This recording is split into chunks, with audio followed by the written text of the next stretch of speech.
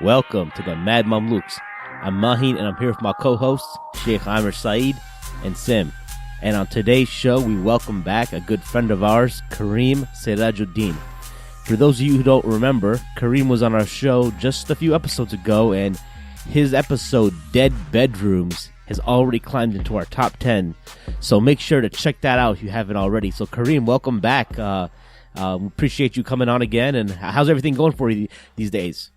Alhamdulillah. Thank you for having me back. Very excited to reconnect, and things are going great. Thank you. One thing, I was driving in today. The last time we had you on, it was like early December when we recorded, and it was snowing, and it was snowing today. I think today was the first day since that day it snowed. To be honest, yeah. I actually, right. It's been a really mild winter here, and it's not too heavy snow, but. Maybe we can try having you on in July if it snows again, that we know you got some kind of karamat or something.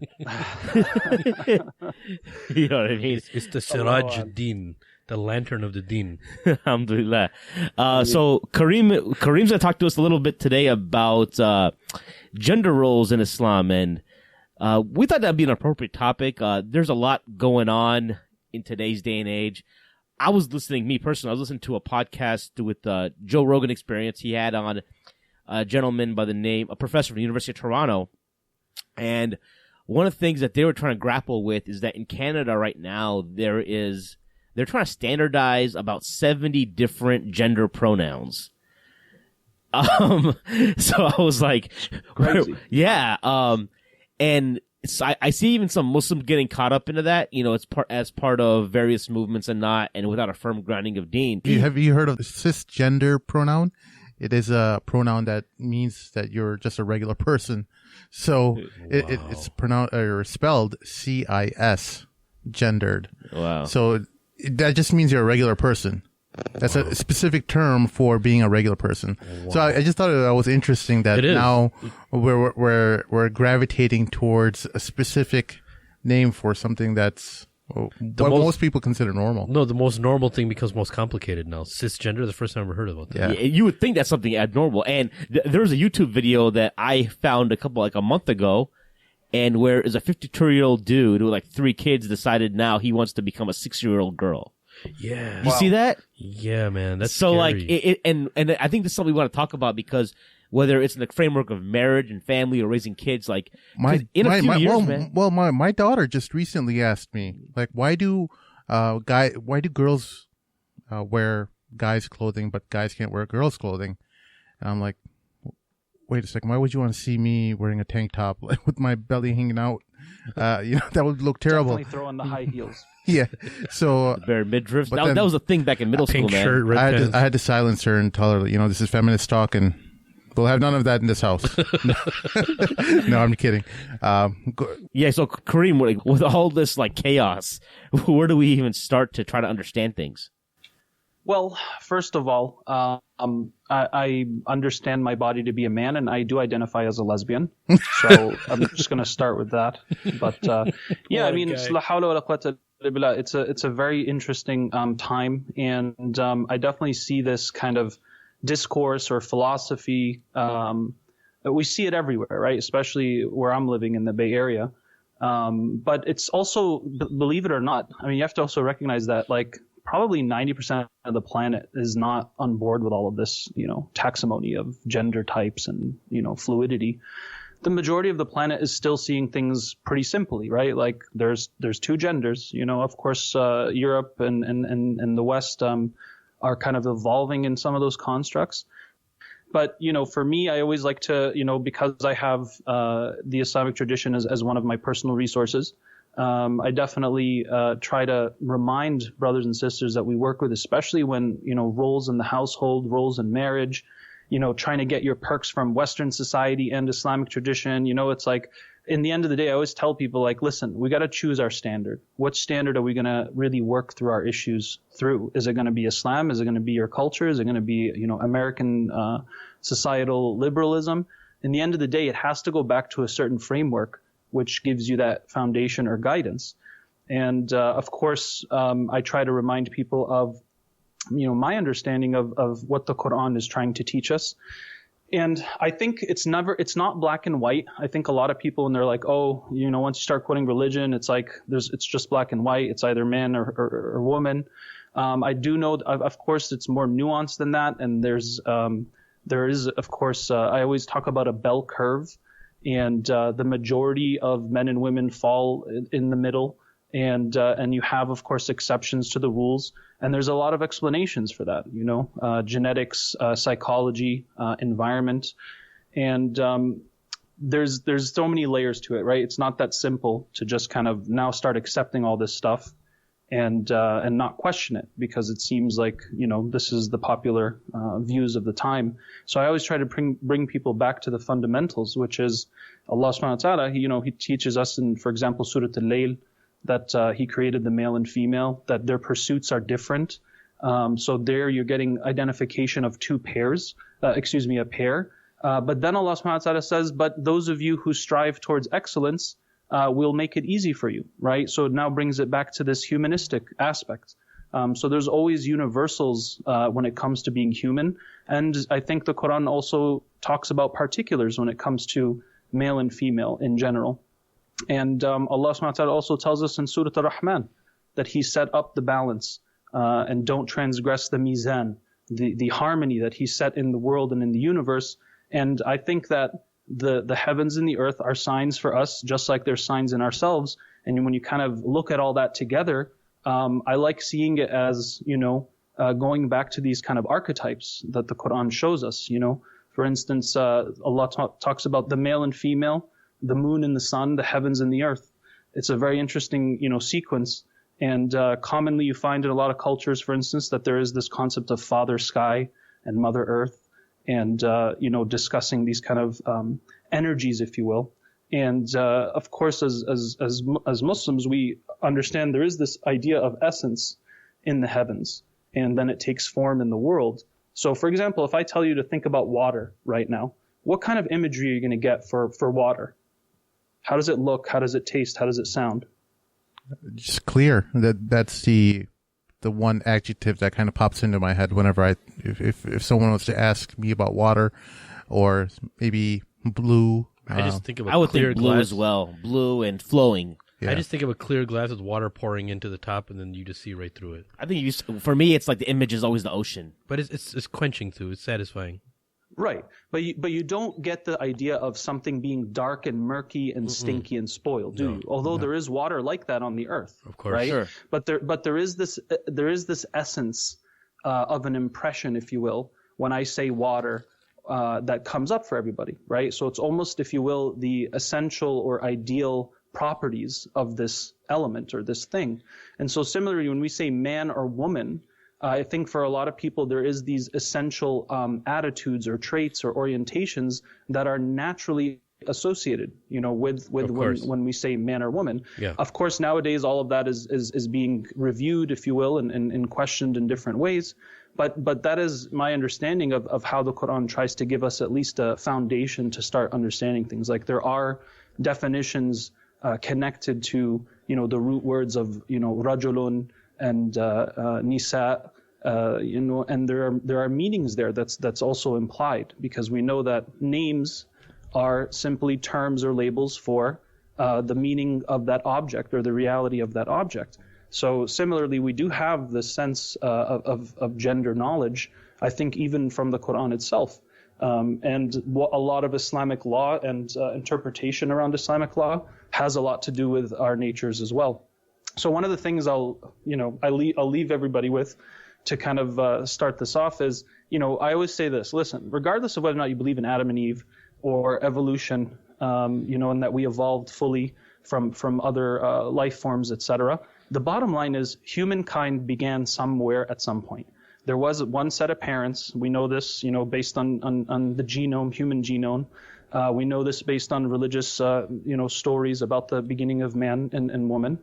And I always say this, like, let's picture this. So the first humans happened to exist at some point in the past, and then they started to breed, and they have to survive in the environment. So naturally, when you need to survive, what do you need to do? You need to extract resources from the physical environment around you. And men, the males of the tribe or these early societies, were naturally drawn to do certain tasks or roles to fulfill survival and prosperity for the species. And similarly, females started to be drawn or attracted to fulfill certain roles to survive and prosper the species. So my one way I like to look at it is maybe social roles are actually expressions of our biological nature and wiring, because it's not like those things were forced on people. Like today you can say, we force boys to like blue and green and play with, toys and trucks, trucks and, cars. But why do we impose that on them, right? So gender roles are socially constructed. That's one theory. But I try to say, well, let's take it all the way back and just ask ourselves, why is it that naturally men and women in the vast majority of human anthropology and history have inclined towards specific roles? Is it simply just brainwashing, or is it actually a reflection of our biological and perhaps metaphysical imprint? I was once watching my kids and some of my nephews were playing with a bunch of action figures, and I saw one of the girls bring her doll and saying that, hey, you should fight with her and let her play, and I kind of jumped in like, no, you don't want to let that happen. You don't bring a doll into a Ninja Turtle fight, So, am I doing some kind of harm in that? When I when I'm trying to shape my kids' definitions of what of how they should behave with their toys, or I don't know if I'm framing it. No, that's a good question. I mean, I think again, it's not. There's never these. It can be both, right? Useful and dangerous. I mean, kids are kids, right? I mean, if they're very young and they're exploring different toys or what their sisters have or female cousins or vice versa, it's like they're children. Part of being a child is being curious and asking why and questioning some of the, structured socialization points that they live in, right? Like, how come I can't do this, or why can't I play with that? And there's nothing wrong with kind of explaining your perspective or even allowing them to do it, to a certain age or a certain extent, as long as, you feel like overall there is a healthy understanding of, who they are personally, personal psychology, as well as the fact that, according to our tradition, being a male is not a trivial thing, or being a female is not a trivial thing. In other words, you can't just simply ignore the form of your biology, because according to our tradition, the form is it's a physical or temporal embodiment of the essence of something. In this case, masculinity and femininity. Now, the next question probably is, okay, well, what do those things mean, right? Because who are you to say what that is and what that isn't? And I think that's where you get now a little more room for discussion, as well as you also need data to verify and validate what the claims are. And that's exactly what science is. It's about, observing something and recognizing that if there is a consistent pattern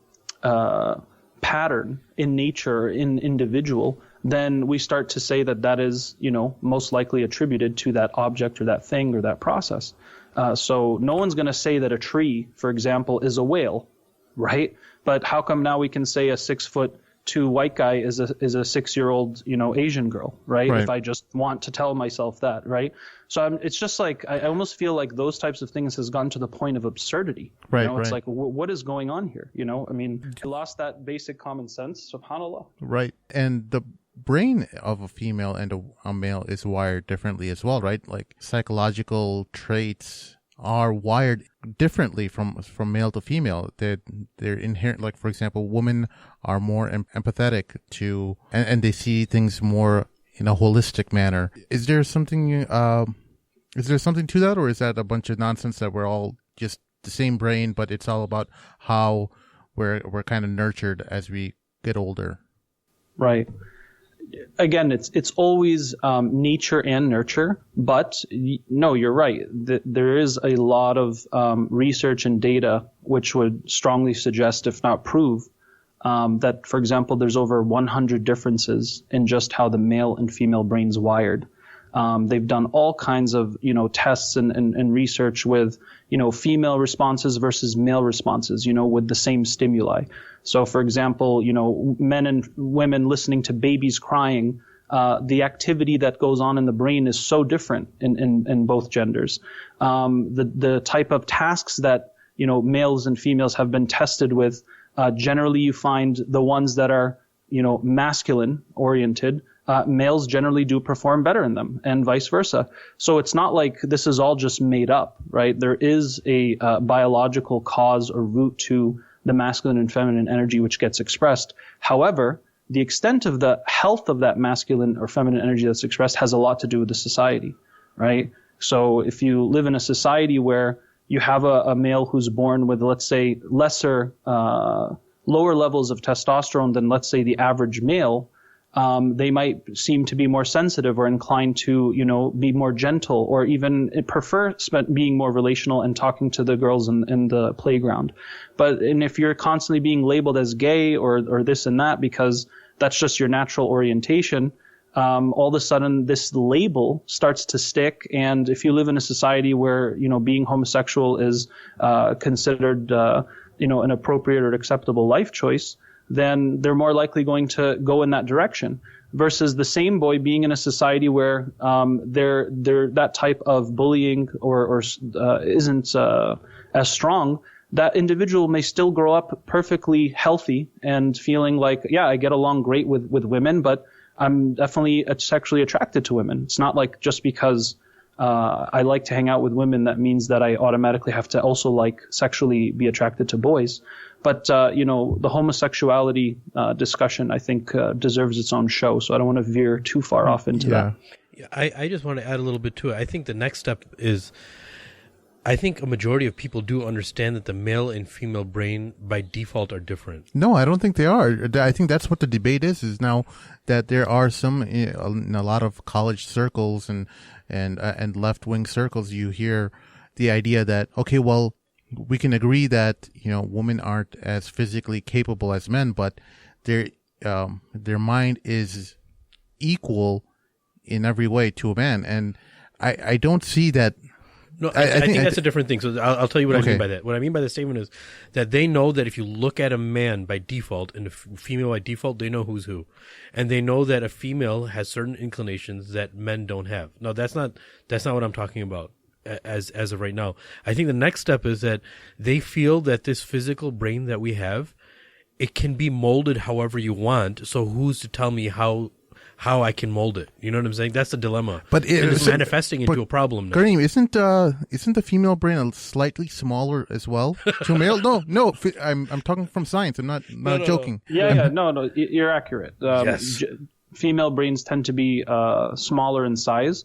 They also tend to be more interconnected. In other words, the communication between hemispheres is usually more active, and the bridge that connects the hemispheres is way more dense. And I think that's why they say that women can multitask and men can't multitask as well as women can, right? Right. Men are more tunnel vision. Absolutely. And I'm terrible with Excel sheets. My wife is amazing with her spreadsheets on Excel. Yeah. She's in finance, and I can imagine. I can't imagine doing that. But even if you see the conversations that occur, and that's why, Brother Karim can actually shed upon this as far as counseling is concerned, is understanding each other, which is why we can, if we try to have a conversation of problem solving with our spouse, they can talk about so many different things, and they're connecting stories from so many different issues, and we're trying to stick to the topic at once. Yeah. And we think we're trying to stick to the topic, but they think, why are we being such Neanderthals? We're only talking about one thing. Right.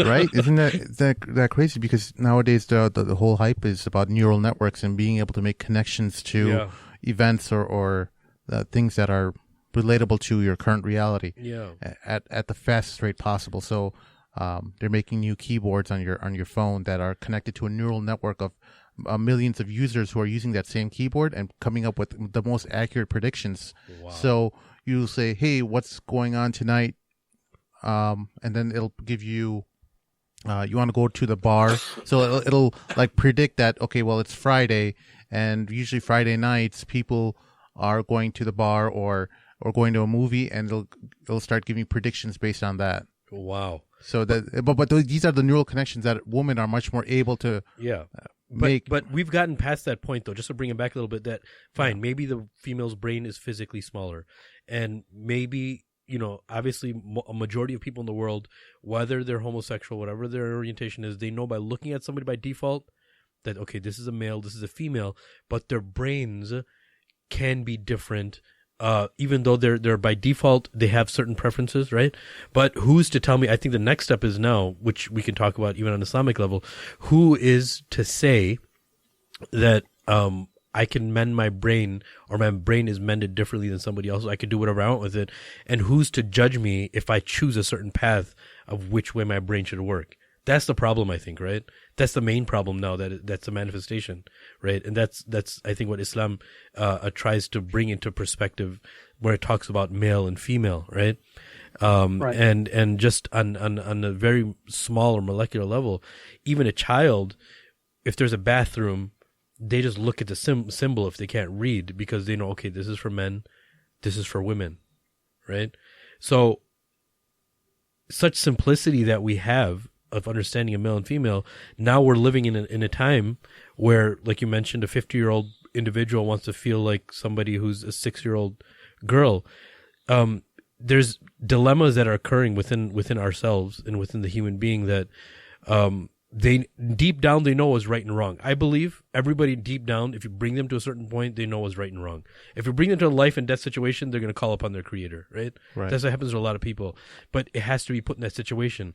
Now, we're so far away from that situation, but this is my take on it, that we have so much luxury now to think about things, and we just become so I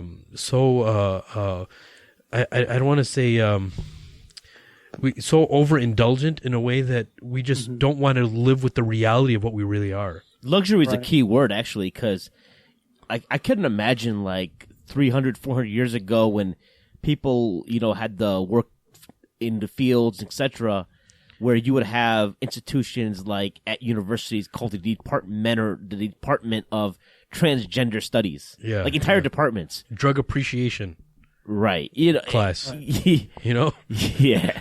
No, I was going to get on a soapbox with that, but I'll refrain. But Karim, practically speaking, and Sim kind of alluded to this a little earlier, as we raise our kids, when should we be on the lookout for them to actually take their personality to either a girl or a boy, for example? Like, what age do we see that? And me personally, right, I have a daughter, but I'm into following sports. So I'd want, my wife doesn't really care about sports, but I want to do my future son-in-law a favor and like give him a wife that's into sports. So like, how do I do that? For example, like get her into sports. So I mean, so a couple of things, right? Number one, again, when we say masculine and feminine, there are a lot of traits and images that come up. Just like, we did that quick experiment with water, right? And I think that, we do have, for example, with the feminine energy, there is this idea of it's nurturing, it's cooperative, it's relational, it's conversational, it's empathetic, it's, there's compassion, there's mercy, there's, and of course there's intelligence and wisdom in its own right. It's just the feminine expression of it, right? Like female intuition, for example, right? And males, you have also ideas of, there's competitiveness, there's the provider, there's the protector, there's strength, there's, independence, being able to stand on your own 2 feet, because if you can't take care of a family. One of the meanings of a male, according to Arabic, is one who allows the females to suckle in the tribe, right? In other words, he is able to make sure that the women and the children are protected and able to be nurtured in the environment. So kind of these primal definitions, I think, are very interesting when you look at them, because you do find it across culture. It's not just, one society. And so when we say things like, okay, how do I make sure my daughter is a girl or my boy is a boy? It's like, well, it depends on which, you also have to remember that there are so many traits and attributes which are associated to both categories. So for example, let's say your son is not really into sports, right? Or he's not very aggressive with the other boys. And sometimes dads get worried, like, oh God, like he's not going to play football. He's going to be a wuss or whatever, right? But it's like, hold on a second. Other masculine energies, such as being extremely, engineered minded, right? Or really into abstract thought and mathematics and this like that, right? That's a very masculine brain as well. He's just not necessarily the type who has, high levels of testosterone, competitiveness, and, let's say, visuospatial skills and talent, which is what you need for sports, right? So you can have, for example, like, a Silicon Valley nerd who's able to code and come up with all kinds of incredible engineering pursuits. And his brain's actually very masculine, right? According to these neurological categories. Yet he doesn't know how to talk to women or, play sports. Does that make him less of a man? No, it's just a different variation of masculinity. And the same thing's true for femininity, right? It's not like all women have to be soft and quiet and whatever, right? No, there are women that are also, they have the fiery punch, they're strong, they're intelligent, they're go-getters, all that stuff, right? And that doesn't mean you're less of a woman. I don't believe that, like, it makes you less of a woman if, let's say, you have some of those qualities. So we also have to, ask ourselves, what are the definitions we're trying to mold or nurture, so to speak, and how much are we willing to allow to kind of happen naturally, right? Because there are, for example, women out there that you could say have more of a masculine energy, like 60%, 40% femininity. And those women are going to be, if they're, let's say, in an ideal Islamic society with healthy values, those women aren't necessarily going to grow up and be lesbian just because they have more of a masculine perspective on the world. In fact, their brain could also be more wired as a male, which a lot of research also suggests that sometimes females' brains work more like a male's brain. And that's why you get those tomboy type girls or women, and vice versa, you see. So there is truth to that, but that is not the same thing as your sexual orientation necessarily, because there could be, for example, women who are more masculine in their energy or have a higher dosage, but they're very attracted to men that are more gentle and feminine because it complements each other. And to really, prove this point, why is it that in homosexual relationships, the vast majority, right, there's always a masculine and a feminine entity being played out, even though it's the same in gender. So it goes back to fitra. It goes back to this metaphysical essence as well. And I think that that's one of the key points here, especially as, we try to understand things like homosexuality and those type of things. It's not always as simple as the way it's been kind of propped up to be in the LGBT discourse. And I think that distinction is very important, that just because somebody may seem a little more masculine, we shouldn't draw a conclusion to sexuality right away. And I think that's a big problem. Absolutely not. Right? And same thing with males, they think that just because he's not into sports or whatever, because every culture, wherever you come from, and everyone has a remnants of this, no matter how westernized they are or how easternized they are, is they all have that culture of, whether it's swordsmanship, it's archery, it's horseback, it's football, it's, basketball, it's weightlifting, it's chopping wood, whatever the case is. We all have some cultural remnants of that. But just because somebody doesn't have that, it's kind of crazy now that you explain it that way, that we draw it to sexuality right away. Right? Exactly. It's kind of crazy. I don't think that's holistic at all. And it's when we reduce ourselves to our sexuality. That's why now it's an identity. My identity is based on my sexuality, right? It's like that's not the only aspect of the human experience, you see. And, going back to that point and kind of building more off it, the idea of, environment is very important. Because like I said, if you are labeled or conditioned also by an environment, to go a certain direction with your sexuality, you're most likely going to go in that direction. In other cases, it comes down to self-damage and distortion. In other words, some people, they have such foggy consciousness because of all the things they've been exposed to or the sins they've committed, that now it has become so normative for them to consider, let's say, same sex or even sleeping around, in an unhealthy fashion with multiple partners. I mean, these are all forms of unhealthy sexuality and emotion and emotional connection. So it's not just, same sex is the only problem we have out there. No, I think that there's a lot of misunderstanding around how sexuality, emotions, psychology, and biology plays together in the general population. I'm not talking about people in the field, but I think many people just don't understand where all this comes from. So, for instance, where did this idea of homosexuality being genetic or you're born with it come from? This was published in the 1970s in the New England Journal of Medicine, and ever since then it became a popular belief amongst social scientists.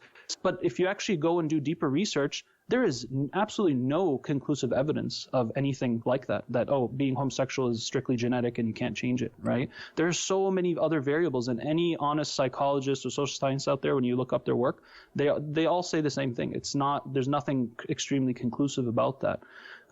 There's so many layers to it with nurturing and experience, and a lot of the people that I know, both Muslim and non-Muslim, there is some sexual abuse along the way in their development. I mean, I don't mean to offend anyone who identifies with same-sex attraction, but the reality is that's pretty common out there. I hear that a lot. I'm sorry to cut you off. I hear that a lot. How much percentage do you think of individuals that have homosexual inclinations, whether intentionally or unintentionally having that inclination? What's the percentage of individuals that have been sexually molested or had a negative sexual encounter at a young age? I can't say for sure. I don't know the data on that, but from my own small sample, I would say about 70% from the people I've counseled and tried to. Wow. And how many percent? I know this is not the thing of the talk. It's just a little something to throw out there. Just inshallah, if we can conclude this in a minute. But what about as far as sexual perversions that lead to homosexuality itself, whether it be pornography or whatever the case may be? Well, I think, again, these are all variables which could play a role in it, whether it's sexual abuse, sexual deviation and damage and distortion, of course, using a lot of drug use or alcohol, these things, that takes away from your clarity over time. And that's the point, right, is the more distorted and damaged you are, the more your choices are going to be, because your perception is so damaged and distorted. So you evolve to that point. And I always use the analogy of, if anyone's ever smoked a cigarette, right? The first time you tried it when you're 12, 13, 14, whatever, you're coughing your lungs out and you're thinking, this is disgusting. How could anybody smoke cigarettes? But then there's people out there that suck it down and it tastes like vanilla ice cream to them. They can't live without it. It's so sweet. And so the human is very adaptable, even if it's something that is bad for you or haram and wrong. And perhaps that's why Sharia always protects us from going towards these things, because Allah knows the human is very flexible and adaptable. And if you do something enough times, you're going to start to enjoy it and like it and think that this is okay. It's part of my life. And it's one of my go-to pleasures now, whether it's sex or food or drugs or anything else. SubhanAllah, what an amazing being the human is. But anyway, let's continue. Yeah, so I want to talk a little bit about, before we get into the relationships and how we understand our genders in a framework of relationships, as we're growing up, and we're all here about the same. We're growing up. Some of us have sisters. Some of us are, maybe growing up in more mixed environments where we're, gender relations or strict gender restriction isn't really enforced. Some of us are growing up in environments where we're strictly not talking to girls or boys or whatever gender you're coming from, and then we get married. What's your theory on the ideal? Have you seen any data out there as far as is in your work as a marriage counselor, that when people have issues, do they come from similar backgrounds as far as the kind of intergender interactions they've had prior to marriage? So can I clarify that question, what I think you mean by that, because I don't fully understand that.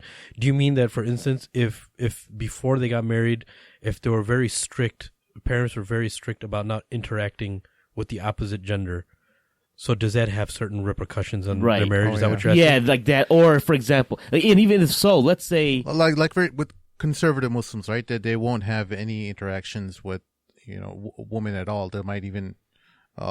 look down when they're speaking to a woman, right? And they won't make eye contact. And I know I was kind of raised in that type of environment, and now I've kind of gotten over that. Now I can look women straight in the eye, unless she's extremely beautiful. Then she's like, she's looking into my soul and seeing everything evil in me, and then I just look away. And but even within that, I think both you guys, for example, have sisters, right? Yeah. I don't have a sister growing up, but. So even if you're two different conservative families, let's say it's a conservative family of all guys, and a conservative family of with a couple guys, a couple girls. So you at least interact with your sisters. It's not hard to talk to your sisters, I hope. Yeah, no. I think I get the question, and what's interesting is there's actually been research to suggest that sometimes, especially in our countries, like our Muslim societies, for instance, there is this epidemic of homosexual relationships with young boys in some parts of Asia, right? And some research has been done to demonstrate that because these societies where these things are happening, they are so rigid and conservative and segregated that the over-amplification of repression and taboo can result in very distorted outcomes, such as, because women are completely out of eyesight, so all this sexual charge, which is naturally going to be in any person, it's going to come out to what's available to them, and what's available is the same sex, for instance, right? So it's not actually uncommon for homosexual activity and deviations to occur even in Muslim societies where it appears to be conservative and repressed and segregated. Because in fact, we know that Allah subhanahu wa ta'ala always teaches us harmony, balance, and moderation is the key. And if we're too extreme with that, then we're going to see stuff like that happen. It's most likely. Or you're going to see people that are going to, come out of that and go to a society and just let loose and go wild, right? Because it's not natural and normal for people to be so repressed and so disconnected from the opposite gender. And this is why our religion teaches us about healthy interactions with male and female. It gives us guidelines. But we're talking about, sexuality and the sciences of eroticism. I mean, we have Islamic scholars like As-Sayyuti who had treatises on these things. These were books on understanding how to please each other in relationships, talking about sexuality and eroticism. This is part of the Islamic tradition. Wouldn't it just to be fair, can't the argument be made that as far as sexual relationships with children that are a lot younger, can't the argument be made that that's done in all societies, whether they're repressed or not repressed?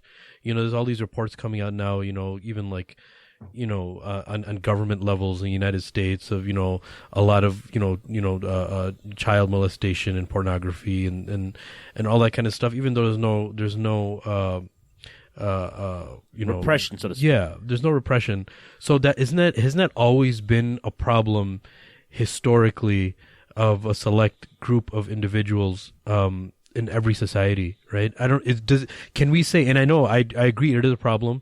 I agree that relationships are a problem of being very rigid towards the opposite gender. But if we're gonna talk about this or have a discourse about this, I think can't that argument again be made that it's on all levels of society, whether they're repressed or not repressed? Listen, humans are always going to make mistakes, and all the forms of mistakes or sins or whatever you want to call it, it's going to exist everywhere, sure. Yeah. But there are certain environmental setups which is going to prompt certain sins or mistakes to be made more so than in other societies. Very right? Nice. Yes. So for example, here in many parts of the United States, it's a lot more free and liberal when it comes to sexual relations. Not all places. I mean, we know America also, there's a lot of Christian values and conservatism and so on and so forth. But you get if you live in a society that's very liberal and very everyone do your thing, no judgment, enjoy your sexuality, explore it, whether you're married or not. I mean, there's people like that who even think like that, or they're married and they still enjoy themselves outside of the marriage, and it's okay, right? Yeah. And you get that kind of different kind of output or results. And then, of course, if you have extreme repression and segregation, you're also going to get a whole basket of deviations that occur because of the environment. So, yes, everywhere you're going to find stuff, no matter where you live and who you are, right? But, of course, the environmental structures influences the type of stuff you're going to find happening in those societies, respectively. Of course. Karim, how old are your kids, or do you have kids? I have a baby boy. Baby boy, mashallah. How old is he? He is, inshallah, going to be about 9 months. Yeah. Okay, so you're just getting Fresh started. bread. Okay. Because again, I'm trying to think about practicality, right? And my daughter's 3.5. Sheikh Amir, how old's your kid? I don't answer personal questions like this on there. All right. No, I'm just joking. Really? No, my daughter is almost 8. My son's 3.5. Okay. Yeah. So let's say, I don't know, 10 years from now, we're at some family gathering, the three of us, me, Sim, and Amr, and then Kareem's in town, and his son's like 11, and, whatever. They're teenagers. A lot of them are teenagers. How do we suggest we, handle the interactions between our kids as parents when they're at that age? Well, I mean, I remember when I was growing up and we would go to, family friends' homes, it was the parents were all hanging out, usually the women together, the men together, and the kids were all together, whether they're male or female. And we were like this, all the way into high school, and I thought it was a very balanced thing. Like, we still prayed as families together. We shared food, but, then we went downstairs and played video games and talked and hung out, and it was respectful. I feel like sometimes we get too freaked out by just being present with the opposite gender is going to automatically lead to crazy things, and it's not always true, right? I mean, sometimes it's fine for kids to interact, and I think that in the end of the day, we teach our kids, whether they're 10, 11, 20, or 30, that the principles are, you have respect for each other, you treat boys and girls as if it's your own brother and sister. So you show them love, you're there for them, but that there's certain boundaries you don't cross. You don't go alone with them in the bathroom, for example, or, you're not spending time with them by yourself. There are certain things you don't say or touch, and I think that this is the case anywhere, whether you go to school or you go to a job. I mean, we have these parameters everywhere, so similarly, having your children, boys and girls, interact and play, I think is not necessarily a bad thing, as long as there's guidance and wisdom being implemented in the experience.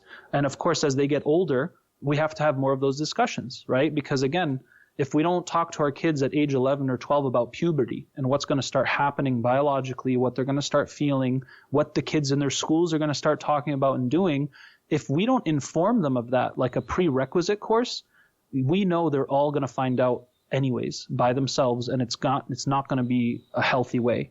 It's unlikely going to be healthy. It's going to be through online or through friends or through pictures and Snapchats and God knows what, right? So my philosophy is simple. Just make sure you guys are educating and having these discussions with your children. Don't assume they're just going to be good because they're Muslim. Don't assume that they'll figure it out or they would never do anything like that. Trust me, kids and young adults, they feel everything that you felt when you were your age. Imagine if your parents knew exactly what was going on in your head when you were 17 or 18, right? They would probably send you to go live in the deserts of Mecca, right? It's like I'm worried about my dad thinks in my head right now, to be honest. I'm still worried about that. See, it doesn't stop. It's always something we got to be aware of. So it's just, I think if we're just real with the children and we even have discussions with the children together, whether it's these youth circles or these types of things, again, the masjid or these Muslim spaces should be the place where they get healthy and wise education regarding what's going on. We can't just leave it simply with, it's just about our cultural validation, our food, and being, praying and what school you're going to go to. It's like there's so much stuff going on in the human experience, and we need to start opening up the dialogue, especially around sexuality and relationships, because that's the first thing that all these youth things that I've ever encountered, they always want to talk about it. Relationships. How do we get married? What are we supposed to do? This and that, which means they don't have any guidance or answers about this stuff, do they? On the flip side of that scenario that Mahin gave you is, what if you come from a conservative background, right? And I'm going to preface this by saying Rasulullah sallallahu alaihi wasallam, he always showed us, or Allah showed us how to do something. Muhammad sallallahu alaihi wasallam, Allah ordered us to do something, Muhammad sallallahu alaihi wasallam showed us how to do it, right? Or Rasulullah sallallahu alaihi wasallam ordered us to do something, and then he would tell us the wisdom of how to go about it, right? So what if somebody comes from a conservative background and they're used to going to, whether it's family parties or weddings, that are gender separated, right? And it's just left at that. And what I see sometimes is that there's gender separation, but there's no explanation why, but you have to do it that way, right? So I believe there should be a middle ground. If there is gender separation, that there has to be a certain type of explanation, and there should be a constant upkeep of why we do things the way we do. But it's not haram to talk to the opposite gender, nor actually, haram to go to a store or go to school or anything like that. But how do we find that balance, right? So you have one spectrum where everyone should be together as a family, whether they can be married to each other or not. And then you have the other spectrum where, people believe that they should be separated, right? How do we make sense of both of those scenarios? Because both are Islamic scenarios, right? Right, but is it? I mean, is complete segregation a truly Islamic scenario? I mean, who are we trying to follow? The Prophet Muhammad sallallahu alaihi wasallam, was his masjid segregated? Did he not sit and talk with women?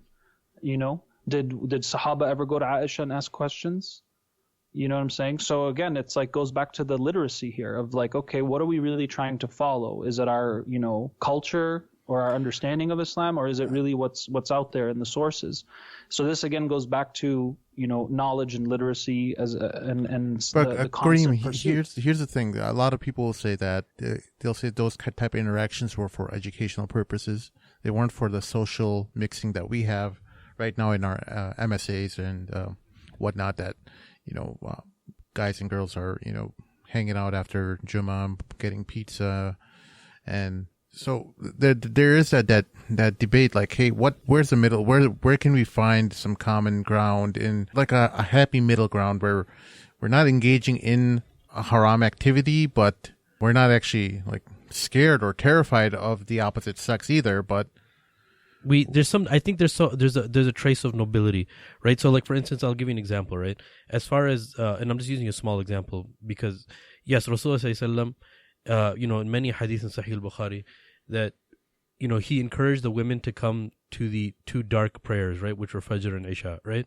And I'm just using this as an example. I know there's a difference of opinion and everything, but now he would ask the women to leave, and he would tell the men not to turn around until all the women left, right? And this comes in multiple narrations, right, in Sahih Bukhari.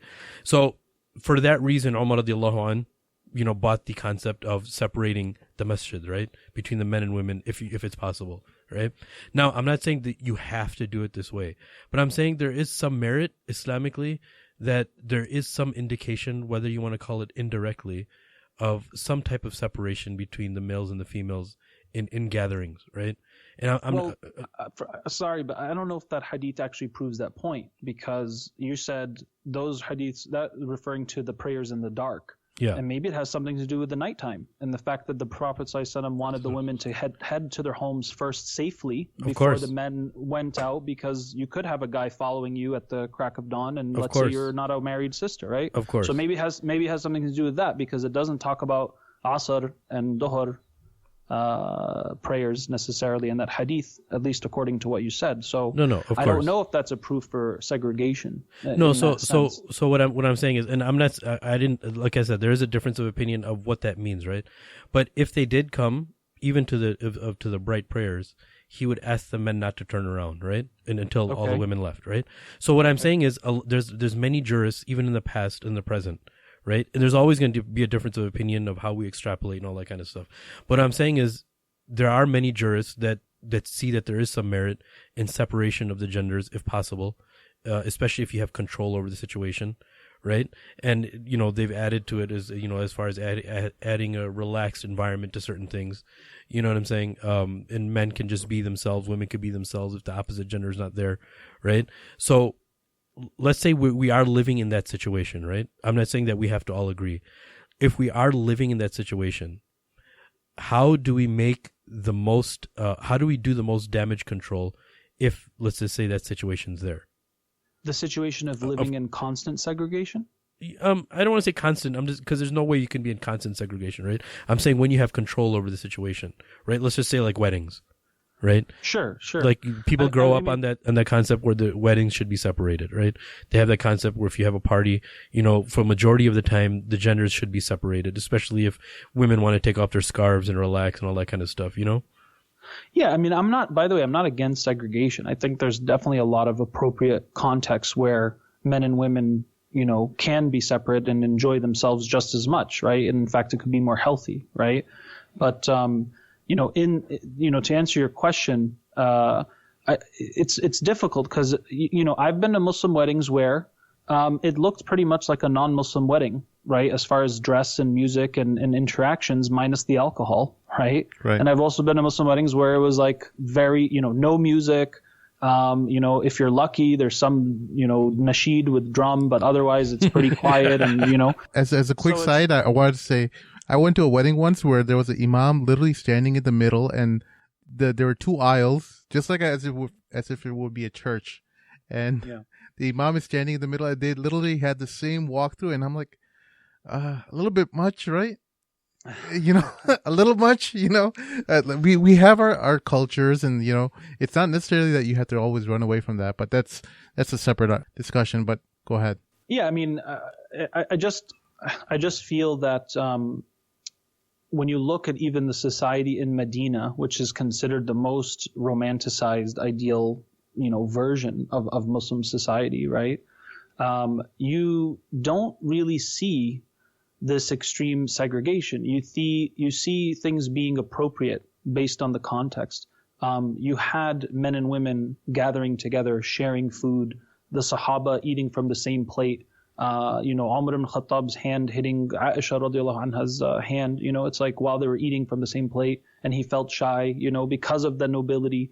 But it's like if it was so biohazard to be around the opposite gender, then why would Umar and Aisha be eating out of the same plate with the Prophet sallallahu alaihi wasallam, right? If there was so much exaggerated ghira and protectiveness, and then you wouldn't have seen that. But in all fairness, isn't that when the even more ayat of hijab came down after the shyness of Umar radiallahu anh, right? I mean, that's the counter argument, right? Is after that happened, there's more rules that came down after that, and Allah listened to the ghira of Umar, right?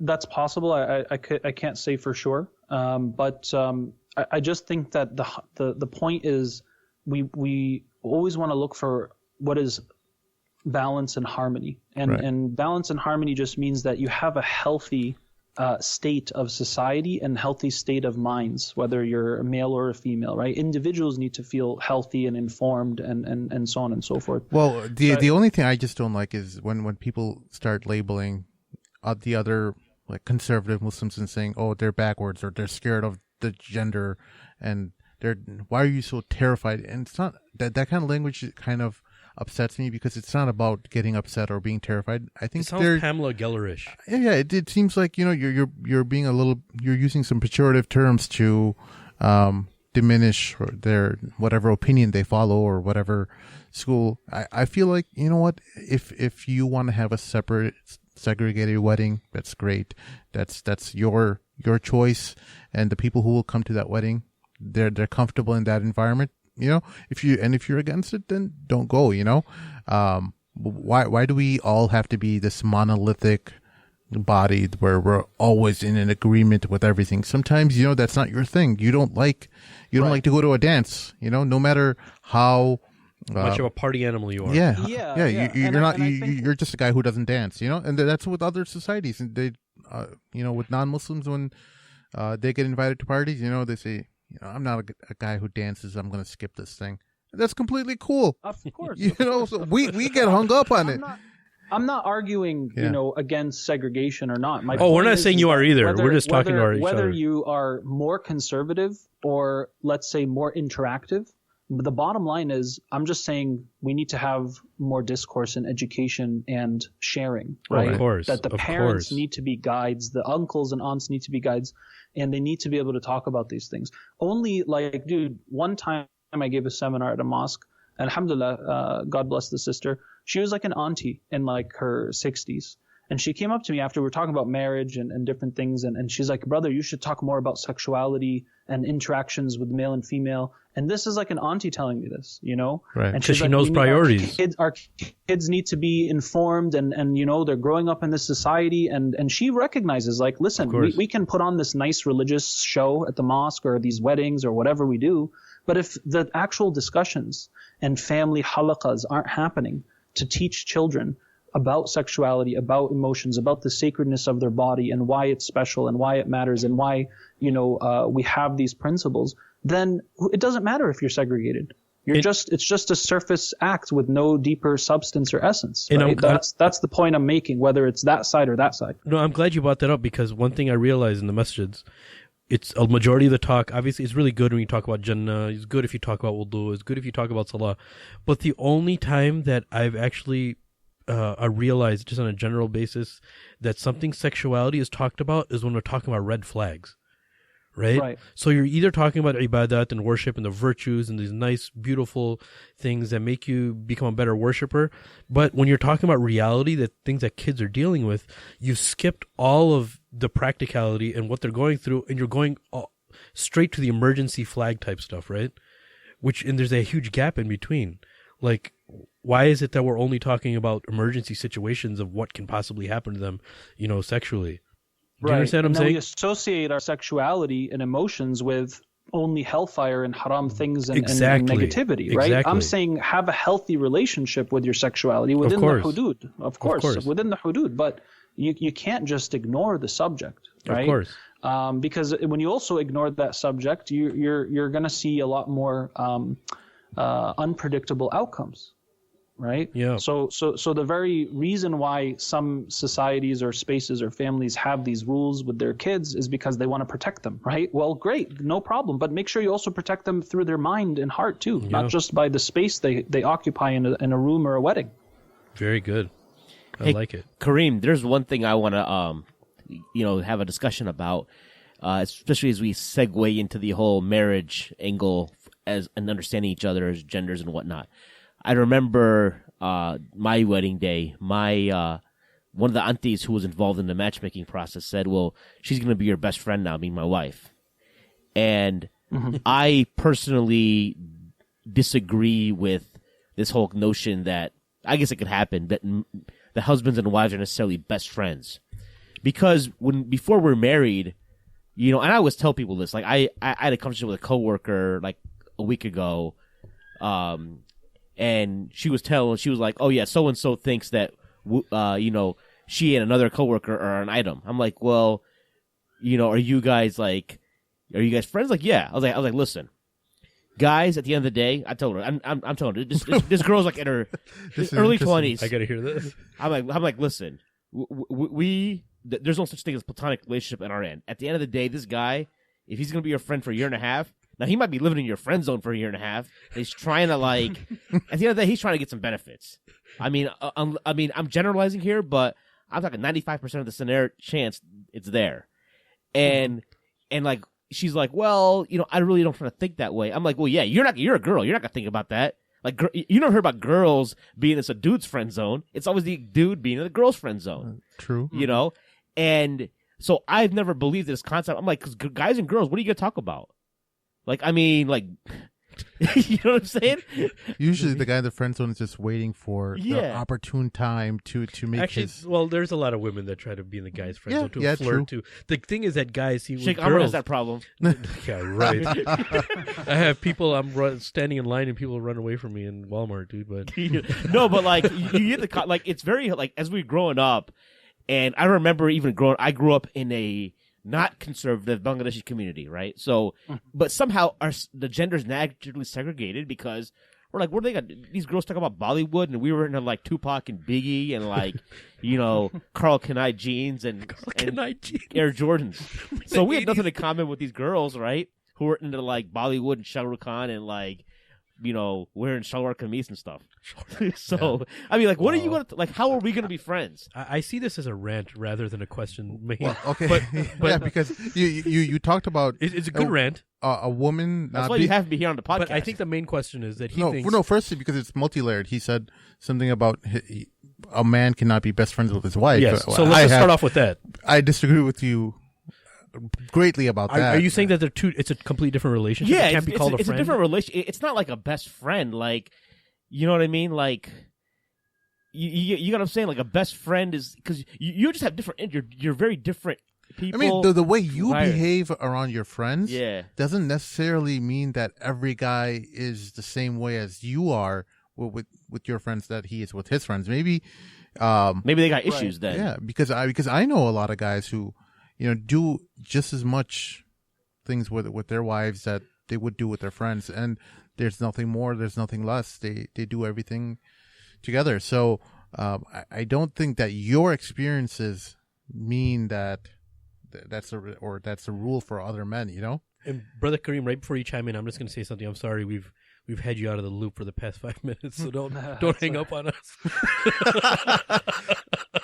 But I kind of understand what you're talking about. This is my perspective on it, right? And this is how I see things. When obviously, alhamdulillah, we all love our wives, but if the relationship that you have with your wife is a completely different platform which can't be relatable sometimes to your own friends, which is why I think he's having that confusion, right? Look, because like I'll say one thing: when I want to vent, I go hang out with my boys. Yeah.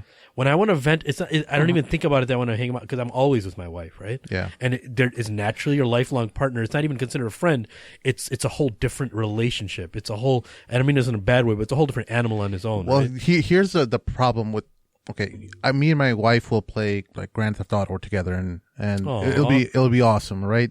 And but we'll there's always the element of responsibility in that relationship that we have to think about our kids and all these other things that come into marriage and that whole responsibility. Relationship aspect of that kind of, and when you're with your boys, when you're with your friends, when I'm with you guys hanging out, I don't have to worry about all that, and I think that dynamic is what's really what Mahin is kind of talking about. Yeah, it's more like running an operation. Actually, I figured it out, dude. Hanging out with your boys, especially for us Muslim guys, since we don't go to clubs, we don't party, this is our version of just partying and letting loose.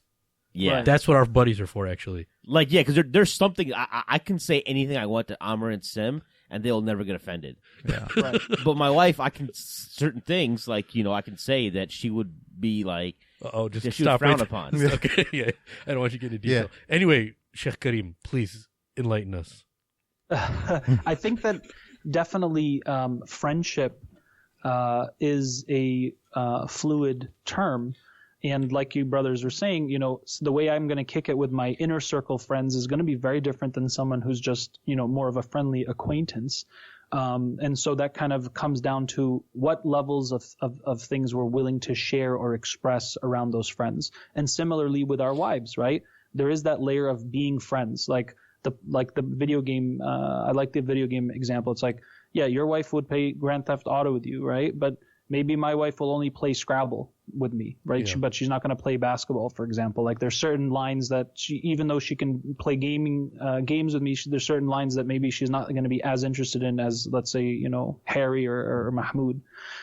So yes, I think that there's always going to be a level of friendship in any marriage, but it's not the same thing as just having a friend, obviously, because there are the layers of responsibilities and fulfillments and romance and emotional connection and maybe even more secrets, right? But then there's also maybe some secrets you don't share with your wife and you only share with your boys, and vice versa. You follow? Right. So I see it more as a flexible social relational platform, right? And it's going to look different for different couples. But yeah, I don't think that when you're married, wanting your wife or husband to be your best friend and you're so fixated on that, I don't think that's necessarily holistic or healthy, because I don't believe anybody should expect their husband or wife to fulfill every social relationship in their life, right? I don't need a philosopher or in my wife necessarily, or a sports fanatic in my wife, for example, right? And sometimes guys or women get upset about that. Like, I want my husband to want to go to the mall and shop with me for 6 hours. It's like, well, why are you expecting that from your husband? That's something you should probably get from your friends, Yeah. But you can expect other things from your husband that you definitely can't expect from your friends. Like, hey, my car got towed. Come drop everything and come pick me up. Maryam might not be able to do that for you, but your husband sure, darn better. Right. Or else, there's no dinner tonight, right? Okay. So, so I think it is flexible and it's not that one dimensional. What about the friend zone thing, that the second point that Mahin was talking about? Is it possible for a guy and a girl to be in just friends? Just be friends? Or just friends. Muslim people. Look, I know there's exceptions too. We can't apply a rule for everyone, every single person, but generally, in a general sense, can guys and girls just be friends? I think yes, you can have guys and girls just be friends in certain cultural contexts, right? Like in the United States, it's not uncommon at all. It's not uncommon for you to be married and have friends that are male, for example. But if you're talking about Muslim cultures or Muslim contexts, I think again it's variation based on the level of understanding or affiliation to certain values, in the religion or even the cultural custom. Yeah, I'm not even talking about that. Biologically speaking, if we go back to kind of the primal, I think the vast majority of men, there are exceptions, but the vast majority of men who pursue women, they pursue women for the ultimate, ends, right? Is to have a partner. It's not and women can't understand that. When we talk to them, we're trying to tell, some of our sisters and when they say like, hey, why don't we hang out and things like that. And when we try to explain to them that this whole religious perspective, well, we don't even try to, our baseline is the religion, right? But when we're trying to rationalize it and trying to explain to them that guys don't think of the relationship like that, and that eventually, no matter how platonic your relationship is, a guy will think that the idea will cross his mind, like, hey, what if we had sex? You know what? I think the last. No, go ahead. Sorry. I think yes, there is truth to that principle, and I think another suggestion is, if you have theoretically a guy and a girl who are really close friends, and one of them gets married, how does the friendship get affected? That's something that we would ask, right? Because I've definitely been in scenarios or encountered scenarios where people were just like that, but once they got married, they're like, okay, this is going to get tapered off now because now I'm married. I have a husband, and he's the one I'm going to be text messaging every day and talking to, not you. And it's not going to be as appropriate. Whether you're Muslim or not, sometimes it just comes back to your values and your understanding of your parameters. And there are people that definitely go through that transition, which may, suggest this perspective that your brothers are voicing. Right. The last thing, Karim, I want to ask you before we wrap up, and I actually didn't ask you about this in advance, but if you don't know about it, you don't know about it. Are you familiar at all with what they call red pill theory for masculinity, as far as masculinity goes? No, tell me about that. Well, hey, Sin, why don't you explain it? So there's like a movement online where it's just kind of bashing on all feministic values or arguments, or trying to. It has like a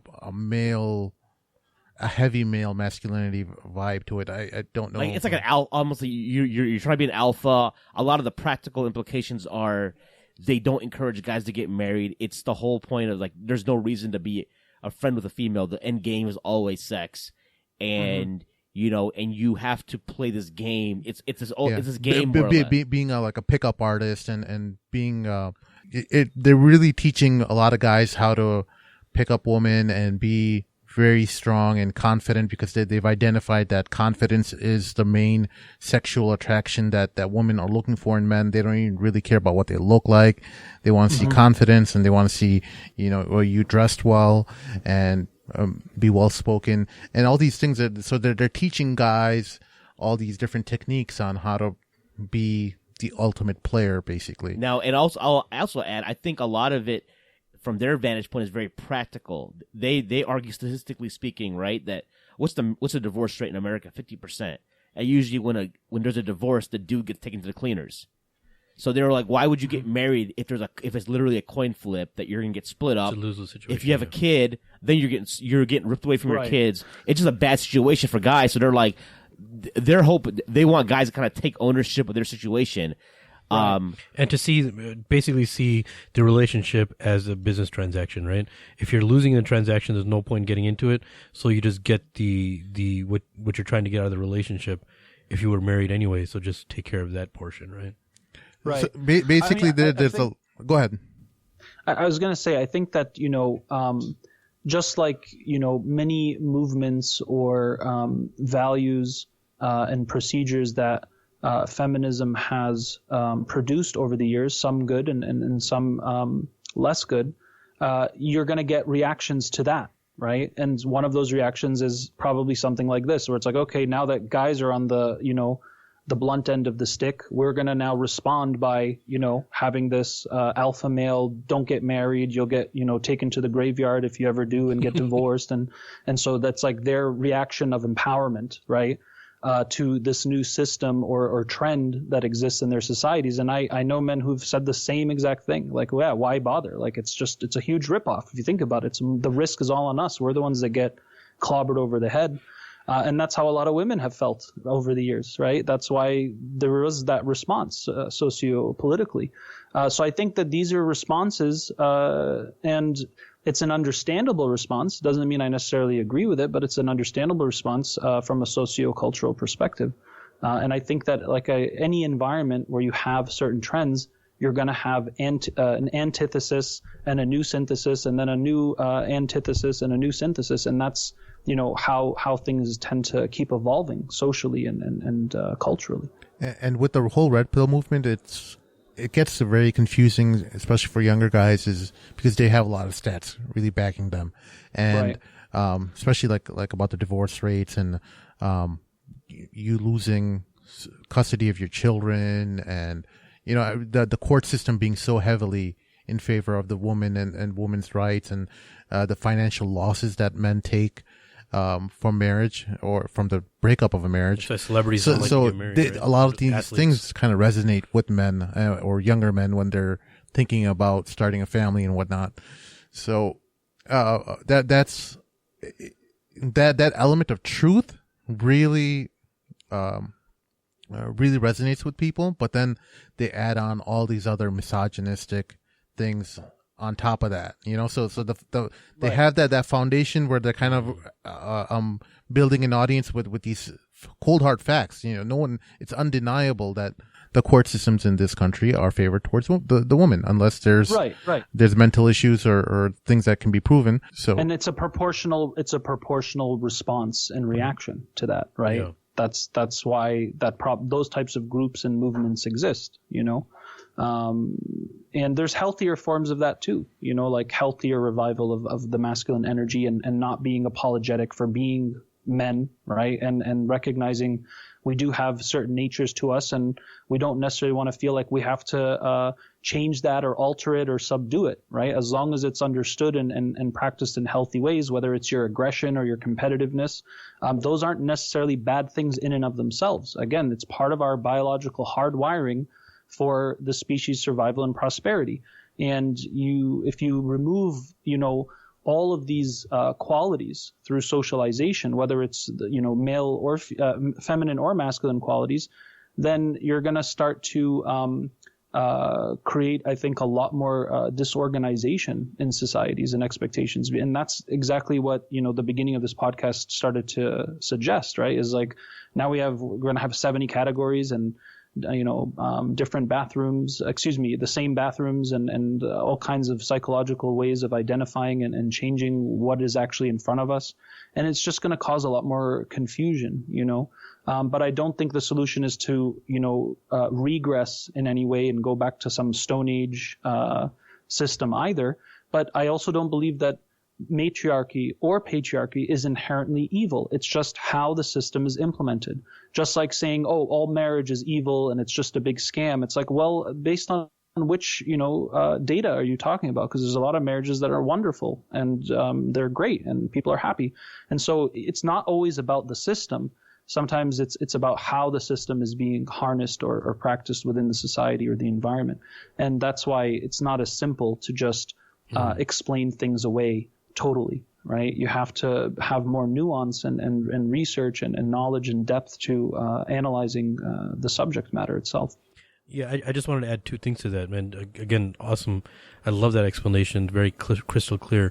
And one thing I tell, gentlemen right before they want to get married, or if, even in their teen years and they're asking questions about marriage, is that it's not always a 50-50 thing as far as the relationship is concerned, right? That's why submission to our Creator is so important, that Allah subhanahu wa ta'ala had ordained that the man is the caretaker of the woman.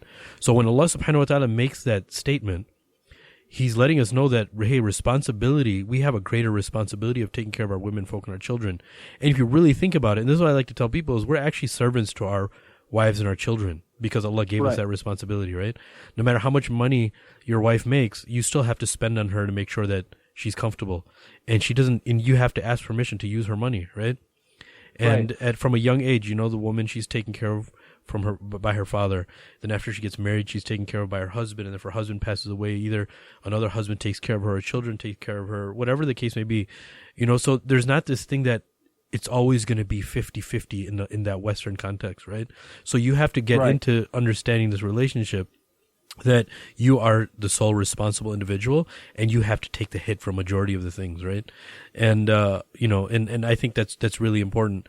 The second thing is just your personal, opinion on the way society is going now, of all of these different titles that the human beings are going to have, because you've traced even sociologically what happens to human beings because they introduce new ideas, right? As far as relationships are concerned.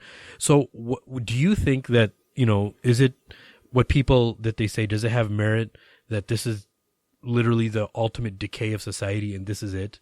And this is what's going to lead us down the destruction of society, even though it may sound extreme? Or is it that, no, this is just something that happens. It's happened before, and us as humans, we're going to recover from it. Because if the free world is leading these ideas, where does this, lead rest of humanity, right? Right. I think humans, I personally believe humans are good in nature, and they naturally are inclined to what is in harmony with nature and the sacred around them, right? And so even if you have these types of, revolutionary ideas, for example, about gender and sexuality, those things are always going to exist, and they always have, right? I think just now there's media and a lot more political funding and so on and so forth for these ideas. And so it seems like it's going to take over and so on and so forth. So I definitely try to be optimistic. I think that these societal reactions are responses to other things, and there's so much learning lessons for all of us in that. And similarly, the more this stuff becomes, stronger and more apparent, I also believe there's going to be equal, proportionate reactions and responses to it as well. Hopefully healthy ones, right? Like, oh, well, let's stop and revive our own understanding here of fitra and these types of things, which we, mildly addressed today. So I don't have, this huge fear that it's all going downhill. I think that this is just part of the existential, human story, and there's going to be proportionate reactions. And, I'm very, of course, entertained to see how it all plays out. But we all have to do our part, too, to be aware of what's going on and what we see as closer to what is true, good, and beautiful. And the other point you made, I just wanted to add to that. Yes, it's not always about equality in the sense of 50-50. And this is one of the things I try to teach people is we should focus more on the word harmony and balance. That's because beautiful. For instance, you're here to worship Allah, right? That's the token understanding of many Muslims. But think about it. Allah gave you 24 hours a day, but you're not expected to worship Him 12 hours a day, right? It's just 5 times a day for a maximum of 30, 60 minutes a day, right? Wow. That's the harmony. That's Allah saying, this is how you have harmony with your relationship with me. And otherwise, you still have 23 hours a day to do what you need to do. You have 12 months of the year. Only 1 month, Allah's saying, fast and remember me and make your spirit the priority, right? That's the harmony. It's not, 6 months of the year, you guys have to be fasting. You know what I'm saying? Wow, so this idea of equality can also be dangerous if we make everything point for point. And I think that this is a small practical reminder for the couples is it's always like, well, I cook today, so now you cook tomorrow. That's equality, right? No, not necessarily. It's harmony. It's while you're cooking, I'm picking up the toys and putting the baby to bed. We're doing different things to care for our families. And the masculine and the feminine are going to both provide and protect and care for their families. It's just in different ways and roles. And I don't think there's anything wrong with it. I think it's about harmony. It's about making sure your little corporation of your family runs smoothly and properly.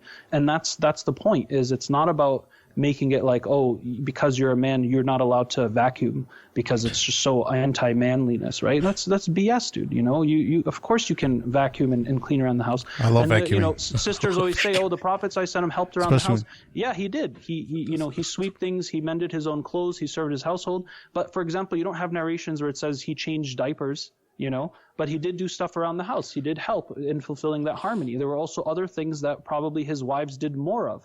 And there's nothing wrong with stepping up and doing something from time to time that you don't normally do.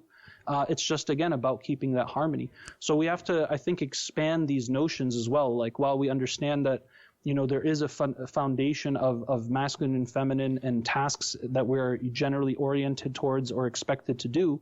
That doesn't mean that there isn't room for people to adapt to different things or different ways. And it always comes back to the couple and what they agree to, of course.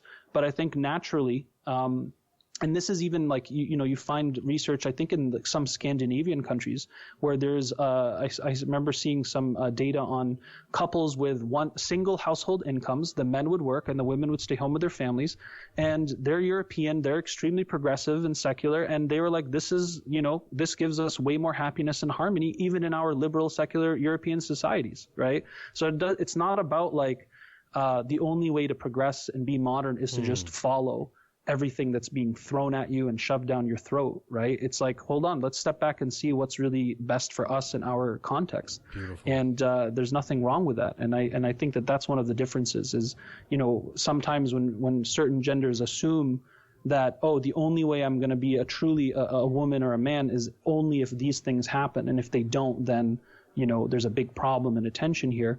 I think that's a very limited scope of how to assess the powers of one another and how we provide harmony in the home. Man, any sisters that listen to this podcast are going to make their husbands vacuum now because it's sim. No. There's just something very therapeutic about vacuuming. The lines. Right? Yeah. I don't know if it's like lawn mowing.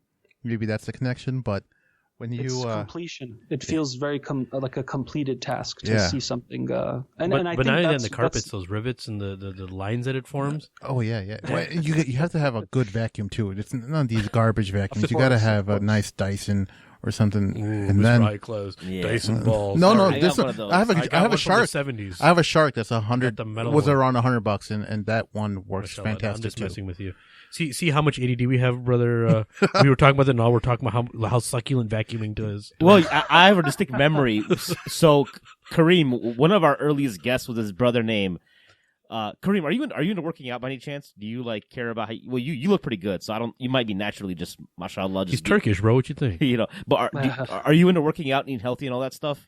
Absolutely. I mean, I'm not as awesome as I should be right now, but yes, I have had a history of working out, yoga, weights, gym, all that stuff. Yeah. So one of our earliest guests was his brother Muhammad Kandil, and this guy has a website called Champion Method. It's all online, and he lives in my community in Bridgeview, out southwest suburbs. And I actually met him for the first time a couple weeks ago because I didn't host his show, but I remember when his show released, I was catching up on the podcasts, and I was vacuuming, and his show motivated me to vacuum. This guy just exudes energy. So that's my new thing. If I got to vacuum, I got to make sure I got something good to listen to, like a good podcast, and I'll do a good vacuuming job. Mashallah, yeah, make it your own. As long as you're caring for your family, and that verse in the Quran that men are the caretakers of women. Yes, they're caretakers of women, specifically when it comes to providing and protecting. Right, yeah. That's what's generally implied from this verse. But that doesn't mean that women aren't also caretakers in their own right. Right, who's taking care of the kids most of the time? The mothers usually. Who's taking care of a lot of other items when it comes to domestic tranquility. So we're both caretakers, right? But this verse, I think specifically, is reminding the brothers that the onus is on us when it comes to financial and material protection. In other words, food and shelter and clothing. And what's really interesting, and I hope, the ulama who have way more knowledge than me, especially in fiqh and these types of things, something that keeps coming up, and I hope if they're listening, Islamic law was also based or formulated on the context of the time it was in. And I'm wondering, so when you have rules of inheritance, for example, or these verses of caretaking and the woman's wealth being her own, does that principle change now, for example, when you have a time where you have dual incomes and since the wife is working and coming home just as exhausted as the man, the caretaking for domestic tranquility isn't as present. So does it still apply, right? That the man still has to pay everything and she gets to keep all her money and do whatever she wants, with her money. Does that still apply in a context of, let's say, the modern West? I don't know the answer to those questions. I think it's going to be something that should be looked into because, a lot of the laws that come to Islamic rules with marriage and inheritance, it's based on that particular model, right? That men provide, and they're responsible for financial well-being. Nowadays, it's not really the same case in many contexts in the West. Like, women don't need a man necessarily to provide for them, right? Many women, mashallah, our sisters are educated, they're getting jobs, and half of them are making more money than us, you know? So it's like, if they marry a Muslim man, is it really, quote unquote, still harmony or fair, if you will, for those types of principles to still be applied, or for the man to inherit twice as much as the woman, and so on and so forth? I don't know the answers to these questions. I think they're very interesting points that could be discussed maybe with one of the future guests you have who have more knowledge in fiqh. But it's like, that's one of the things that always came up for me. It's like, how does this still apply in many contexts which are just so drastically different than where those rules and laws of Sharia initially were born out of? Absolutely. Well, Karim, we'll go ahead and wrap this baby up today. I think we did a pretty good job. Dead Bedrooms was epic, but I think this will be a good sequel for sure. And then you people can find you at www.noorhumanconsulting.com, right? And then you also have a Facebook page. Do you have any other medium that people can reach out to you at? Just the website. We have Facebook page, SoundCloud. We started a YouTube channel recently, so I'd love to get some love over there. And we're always trying to answer questions and take people's suggestions for video topics they'd like. But yeah, thank you for having me on the show, and may Allah make our dead bedrooms into live, thriving, passionate bedrooms. Ameen. Through the sunnah and the science that we know in our tradition and what we understand about people. Ameen. And thank you so much, brothers, for having me, and may Allah bless you all for your efforts. Thank you. And as a service to the guys out there, if Karim, if you can get one of the mashayikh, and I'll see what I can do with the Chicago ulama, see if somebody can translate the Imam Suyuti book. Actually, there's a really good book by Rabah Publishers. It's by Habib Akendi, A Taste of Honey, Sexuality and Erodology in Islam. Really, really great book. I don't know if you guys have heard about it. Is it Habib Akendi from the UK? I believe so, yeah. So it's a great place to start. We need to get him on the show then. Africa, yeah. If it's the same one, how old is he? Like he's about 30 years old right now? He went to Azhar. And, I lived with him. Yeah. Kingston University in the UK. Sheikh Amir. No, I lived with him. I know. Yeah, he's awesome. Sheikh Amir's got to put that network to work, boy. We gonna have him on soon now, right? He's writing a lot of books I'd love now. to talk with him too sometime. So if you guys ever can connect us, that'd be great. Yeah. I think maybe we can do a show with both you guys. That'd be awesome. Oh wow, that'd be cool. Dead Bedrooms Revisited. That'd be awesome. or Lit Bedrooms. Lit bedrooms. Lit LIT. Woke bedroom. Sorry. I'll leave it on a good joke. There was all the debate on same-sex marriage, right? So I saw a cute cartoon that I used in a seminar once, and it had a husband and a wife sitting in bed looking at each other like, so all this same-sex marriage going on out there, what do you think about some-sex marriage? That's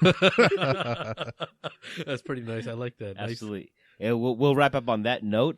For any for our listeners out there, if you have any questions or comments, you can email us at themadmamluks@gmail.com. You can also follow us on Twitter, like our Facebook page, subscribe on iTunes or SoundCloud, and like us. I think we're on Stitcher. We're on Stitcher, right? Yeah. And since you brought that up, I'm going to interrupt your closer. I want to see a little bit more comments and feedbacks from you guys, because we have, I want to say 10 or some guys who we consistently reply with on email and whatnot, but we want to hear back from you guys. If you guys are just going to, complain about stuff, you want to make sure that we know about it and we can try to attempt to answer some of your gripes or comments. So we really read through everything. We actually we put a smile on our face when we hear good comments, or bad comments, either or. Just do it. Help us become better. Yeah. It's funny because a lot of times I'll get a text message from somebody. Like, that's why we had to do that one roundtable where people were like, man, you guys are all right. But that wasn't on Facebook, so we couldn't really engage. Sim didn't see that. Amir didn't see that. I just get a text message about it, right? Yeah. Yeah, Karim, I don't know if you heard that. We got accused of being alt-right Muslims. So I Googled it and found nothing. I found Steve Bannon's picture all over the place.